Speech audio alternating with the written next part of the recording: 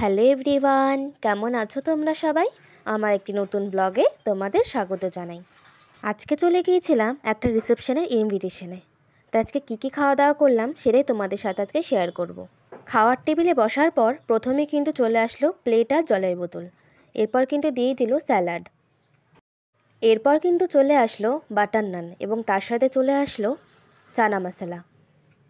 Butter নান দিয়ে চানা মশলাটা খেতে কিন্তু দুর্দান্ত লাগছিল। তোমাদের কার কার বাটার নান আর চানা মশলার কম্বিনেশনটা ভাল লাগে অবশ্যই কিন্তু আমাকে কমেন্টে জানিও।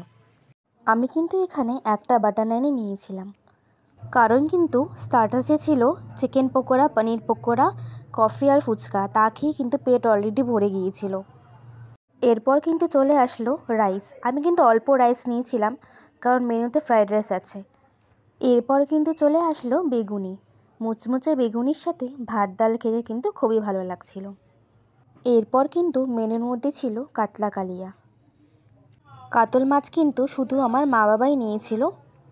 কাতল মাছের পর কিন্তু চলে আসলো ফ্রাইড রাইস। আর ফ্রাইড রাইসটা খেতেও কিন্তু দুর্দান্ত স্বাদের হয়েছিল। ফ্রাইড রাইস সার্ভ করার পরেই কিন্তু চলে আসলো মাটন।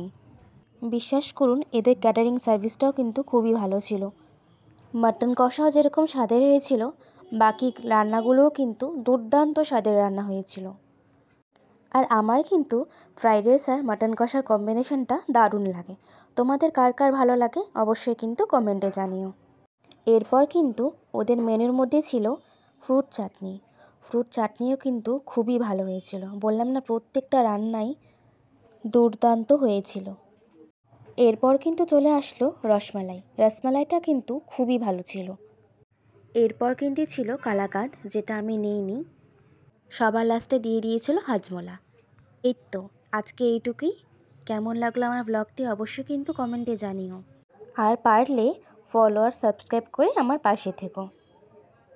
টাটা।